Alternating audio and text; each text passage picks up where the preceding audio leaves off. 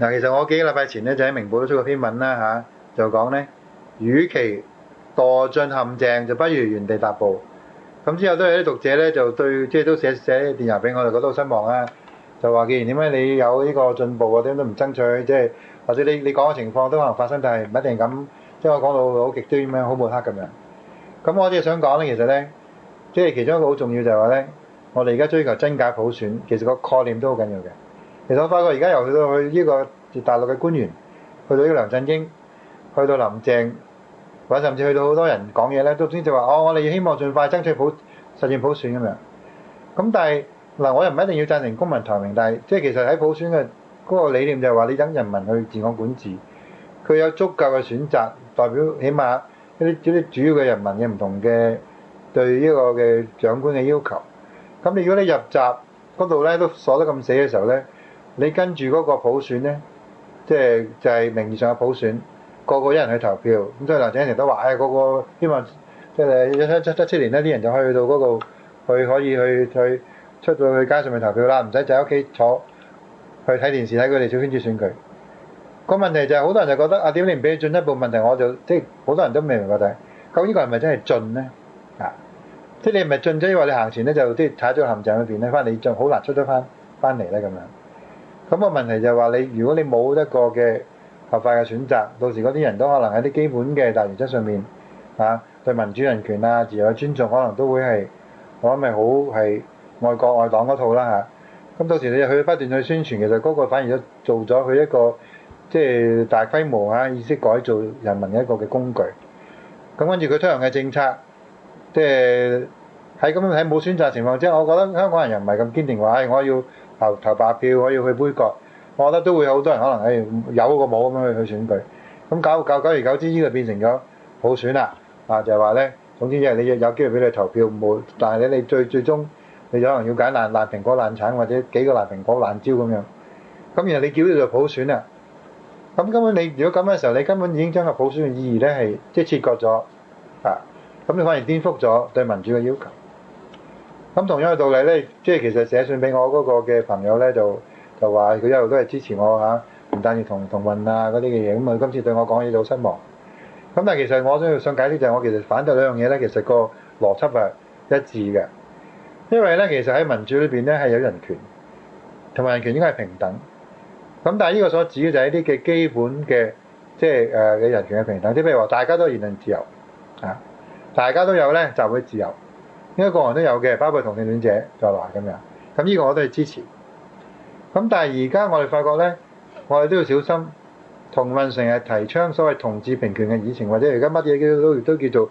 平權法案平權團體咁樣。但問題嘅所謂平權咧，就係單獨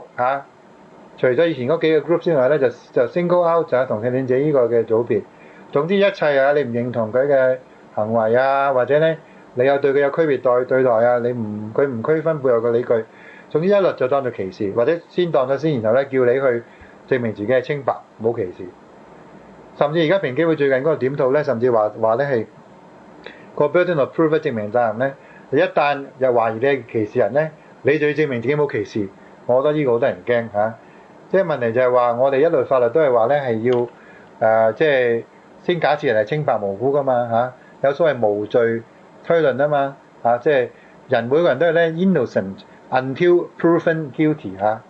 但係而家就話咧，你就假設你係歧視先，然後你證明自己冇歧視。只要有少少所謂表面證據，咁我覺得呢個呢會唔會對嗰啲即係被懷疑歧視嘅人反而構成太大嘅壓力或者唔公平呢？如果有呢個議題係完全可以話社會上爭議好少我覺得你咁樣做害處仲相對嚟講比較少。但喺同性戀議題裏邊，佢就協住平權，但係其實我哋見到喺外國所謂呢啲嘅平權法案呢，到最後呢係連反對嘅聲音都唔得你連自願輔導想改變同性戀傾向亦都唔得，佢會被政府壓迫，佢會被記者咧去嘗試咧去騷擾，甚至咧係陷阱咧去攻擊佢我見到教師又唔可以話自己係唔贊成同性戀，護士又唔可以話自己支持同性婚姻係唔啱，而咧係支持咧婚姻係一夫一妻等等。咁所以我見到所有呢啲嘅佢包住平權咁靚嘅一個民主社會裏邊訴求嘅嘢，但事實喺佢實施嗰個嘅政策裏邊咧，就變咗咧係全部嘅壓力嚇，由政府、民間團體去到法律上面咧，都係針對嗰啲唔認同同性戀嘅人，根本呢個就唔係平等。咁但係佢卻係挾住咧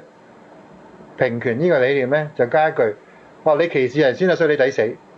變咗嗰啲人咧更加咧就有冤無路訴，仲要俾人標籤係大罪人，就抵受嚟懲罰。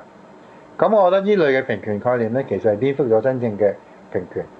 嗱，譬如你講真正平權應該咧，譬如話喺社會裏邊，有啲人係贊成同性戀，有啲人就唔贊成同性戀，但係大家都有同等嘅公民自由。即係譬如同性戀者或者而家親同嘅人，佢可以集會，佢可以去天馬公園整一點粉紅，好成萬人參加又得。唔贊成嗰人又可以去天馬公園，有呢個集會，大家可以發表言論，大家都唔可以隨便去告大家，唔可以動不動你一反同性戀，而家就可能俾人懷疑係中傷啊、騷擾啊咁樣。咁但係反過嚟攻擊唔贊同性戀嘅人，話佢哋歧視啊，話佢哋係惡魔，話佢哋係仇恨者啊，甚至係鬧到爆啊，仲粗口話成喺網上啊，喺實際都好多啊。但係呢啲咧卻永遠冇法例可以話係騷擾或者係一啲嘅中傷言論。咁你淨係睇一個咁嘅言論呢個嘅管制咧，已經係唔係平等啦？咁點解何來平權咧？結果就係咧喺我哋發覺有啲所謂歧視化嘅國家裏邊咧，就講言論自由咧，就係咧贊成同性戀嘅言論咧，就係公開係好多時候政府支持，有所謂保障，但係保障其實係懲罰反對嗰啲言論。而反對言論咧，根本一講出嚟動輒得咎，亦都咧甚至好多人都根本就唔敢講，呢個所謂寒蟬效應。咁實際上睇呢個根本就唔係平權，所以咧我覺得就係呢個所謂嘅假平權咧，都係好危險。所以我哋除咗要爭取真普選之外咧，都要爭取真平權，係讓呢啲特別喺爭議性課題上面咧，